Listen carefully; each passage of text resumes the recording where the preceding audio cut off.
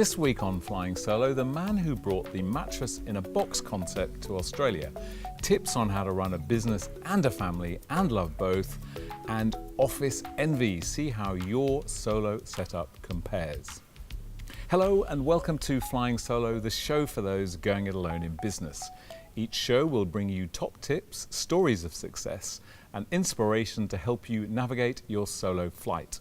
So if you want to get involved, get in touch and join the community at flyingsolo.com.au. Now though, it's time to meet our first guest who left his big city corporate job to start his own business and help others enjoy the perfect night's sleep. Matt White is the founder and director of Ergoflex Australia, which he runs from the picturesque New South Wales Hunter Valley, and he joins me now. Matt, a warm welcome to you. So what prompted you to do your own thing? Yeah, a number of reasons actually, Robert. When I moved to Sydney about 10 years ago, I met so many small businesses through my corporate job, and I actually thought to myself, do you know what, I could actually do that. I also had a deep belief that I could run my own business.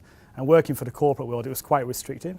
We just welcomed our first son into our family, and I missed quite a lot of his first year of his life. So I think I wanted a change. And you just had to do it. So now I believe you were the first company to do this mattress-in-a-box idea. Why is it nobody else was doing it? Yes, I was. I think because it was unknown, no one knew that you could buy a mattress in a box online. It was in the UK, but hadn't actually reached Australia yet.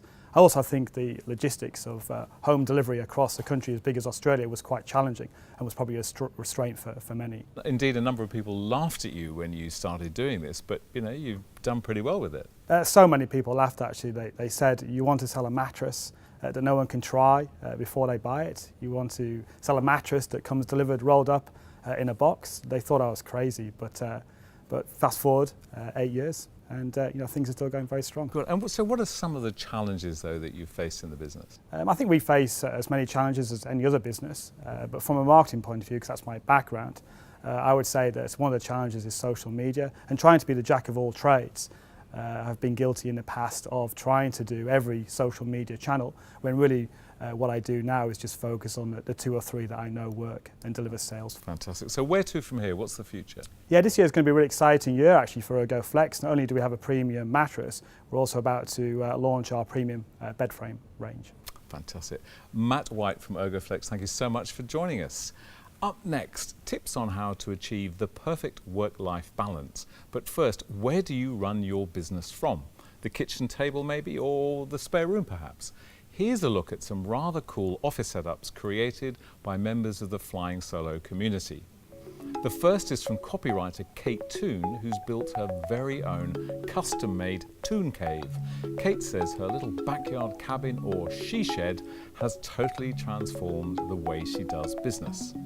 Michelle from our forums has also ventured into the backyard in her very own creative SheShed. While coder and blogger Dave McKinney has created this terrific mobile office, and when down on the beach, rarely misses a good wave. I'm so jealous. And last but not least, Damon Sims from Quotenamic has an office complete with its own inbuilt secretary, or at least secretary in waiting. Very cute indeed. Now to an issue many of us face each and every day, and that is running a business and a family at the same time. Research of the Flying Solo community reveals 65% of members work from home, with 49% doing so with children underfoot. So how do you get the balance right between the 2 loves of your life? Well, to help us with that is Flying Solo community editor, business owner and mother of 2, Lucy Kippist. Lucy, welcome to the show. Now, you've got some great tips for us, and I know you're in a unique position to talk on this topic, so tell us a bit about that. Great, yeah. I've been the editor at KidSpot, which is a parenting website, and I've also edited Kindling, which is a digital children's radio station, and I'm also the community editor at Flying Solo. So across all those 3 roles, I've had some interesting insight into what motivates people to run their own business as parents, and also the challenges that they face, and also the tips and tricks that help make it all sort of fit together. Fantastic. And you've also got a couple of boys of your I own also do. underfoot. I do. Okay. So what are the biggest challenges people face, do you think, when juggling family and business? Sure, I think it really comes down to time and priorities. So juggling, how much time you don't seem to have, and yet all these competing priorities. So your children and your business are both of equal importance to you. Sure. And it's about trying to make both of those things work together. To keep some harmony. To keep some harmony, yeah. All right, so look, you've got some tips for us, so let's get started. What's your first one? The first one is definitely take a day out to get organised. So that means in your working life and also at home. It can be really tempting, and I do this myself, to sit down and just go, right, that's it, I'm working today, and just pummel away at whatever you're doing. Right. But unless you set up some structures to support the work and the processes that you're trying to achieve, and also what's going on behind the scenes at home, so you're not distracted by things like the washing or the groceries. So you're saying really plan then, take a day out, kind of design your sort of ideal day is what I'm hearing there. Yeah. Terrific. Okay, second tip.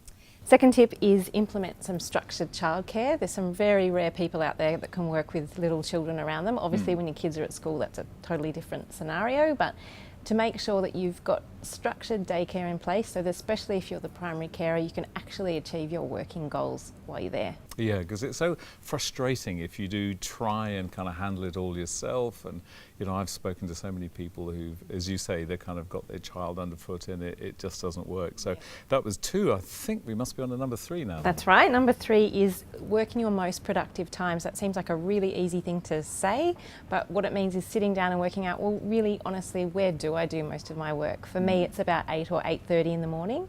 So I try and get my kids off to daycare by then, so I can sit down and write for those first few hours of the day. For other people, it might be nighttime. Yeah, again, I think it's such a great point. And often, if your energy is right early in the day, then that's just the time to make sure you've got, because you could do an hour when your energy is right and achieve twice as much as 3 times as long, with the wrong energy. Okay, number 4. Number 4 is be really honest with yourself about how you want to spend your time. You get a lot of mixed messages as a parent and as a business owner about where your priorities should be. Just be really honest with yourself. Like, it's okay to want to have a business and have a family.